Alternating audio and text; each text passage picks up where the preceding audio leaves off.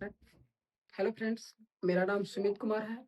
अभी तक मैं ऑफलाइन बेस पढ़ाता था, लेकिन आज मैं यूट्यूब पर पहली बार पढ़ाने जा रहा हूँ।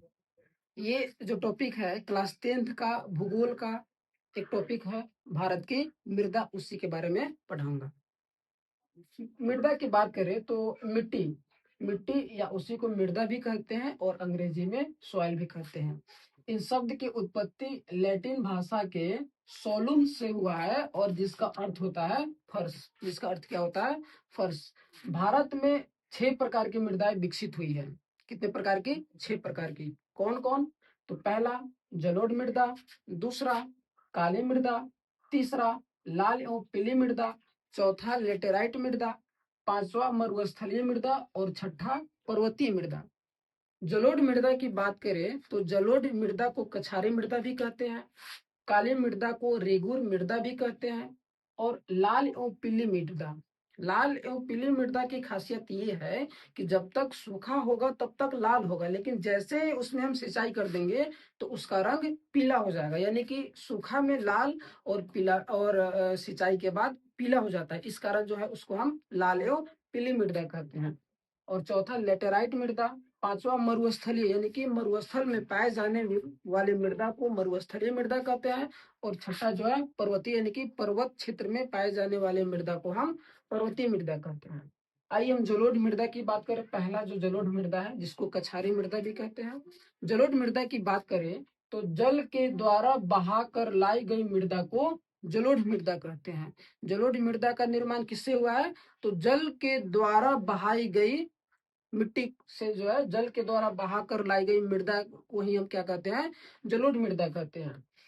जलोढ़ मृदा जो कि भारत में सबसे ज्यादा क्षेत्रों में पाई जाती है, खासकर 2 क्षेत्रों में अधिक पाई जाती है। पहला उत्तर भारत का मैदान और दूसरा जो है पूर्वी तटीय मैदान। ठीक है। उत्तर भारत के मैदान की बात करें तो पूरा का पूरा जो है जलोढ़ मिट्टी से जो है निर्मित है।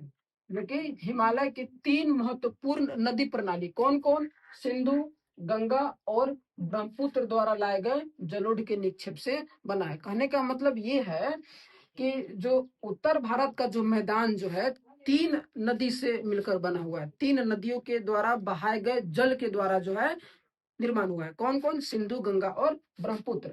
लेकिन वहीं अगर हम पूर्वी तटीय मैदान की बात करें तो महानदी गोदावरी, कृष्णा और कावेरी नदियों द्वारा निर्मित डेल्टा का भी निर्माण जो है जलोढ़ से ही जुड़ा हुआ है। पूर्वी तटीय मैदान की बात करें। अब पश्चिमी तटीय मैदान की बात करें भारत की, तो ये जितने भी नदियां हैं, महानदी गोदावरी, कृष्णा, कावेरी, इन सबका उद्गम स्थान पश्चिमी तट है, लेकिन ढलान पूर्वी तट की तरफ है। तो ये नदियां पश्चिमी तट से इनका उद्गम होता है, लेकिन ये बहकर जो है पूर्वी तट में जो है अरब सागर में गिर जाती है। नहीं ना, सॉरी, पूर्वी तट में बंगाल की खाड़ी में गिर जाती है। तो पूर्वी तट में जितने भी राज्य है, तमिलनाडु, आंध्र प्रदेश, उसके बाद में जो है उड़ीसा जो हो गए, उन सारे राज्यों में जो है इन जलोढ़ मृदा का विकास हुआ है इन सारी नदियों के कारण। ठीक है। उसके बाद में अगर हम बात करें तो ये 6 प्रकार के जो मृदा है, जलोढ़, काली, लाल एवं पीली, लेटेराइट, मरुस्थलीय और पर्वतीय मृदा, इन 6 प्रकार की मृदा में सबसे अधिक अगर हम उपजाऊ की बात करें तो सबसे अधिक उपजाऊ मृदा यही है, जलोढ़ मृदा। सबसे ज्यादा जलोढ़ मृदा की बात करें तो उत्तर प्रदेश राज्य में पाई जाती है। जलोढ़ मृदा का विस्तार की बात करें तो ये बिहार राज्य में भी पाई जाती है, बस पश्चिम बंगाल में भी पाई जाती है, उत्तर प्रदेश में भी पाई जाती है, पंजाब और हरियाणा में भी पाई जाती है। लेकिन सबसे ज्यादा की बात करें तो सबसे ज्यादा जो है उत्तर प्रदेश राज्य में पाई जाती है। आयु के आधार पर जलोढ़ मृदा को दो प्रकार में विभाजित किया गया है। आयु के आधार पर कौन कौन? तो पहला खादर और दूसरा बांगर। खादर किसे कहेंगे? तो खादर की बात करें तो वह जलोढ़ मृदा जो नई है।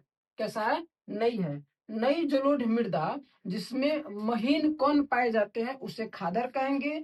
और पुराना जलोढ़ मृदा जो होगा जिसमें कंकर एवं बजरी की मात्रा अधिक होती है उसे बांगर कहलाती है। यानी कि जलोढ़ मृदा दो प्रकार की, वैसा जलोढ़ मृदा जो नई है वो कहलाएगी खादर, और वैसा जलोढ़ मृदा जो पुरानी है वो कहलाएगी बांगर। खादर में जो है महीन कण पाए जाते हैं और बांगर में जो है कंकरी एवं बजरी पाए जाते हैं।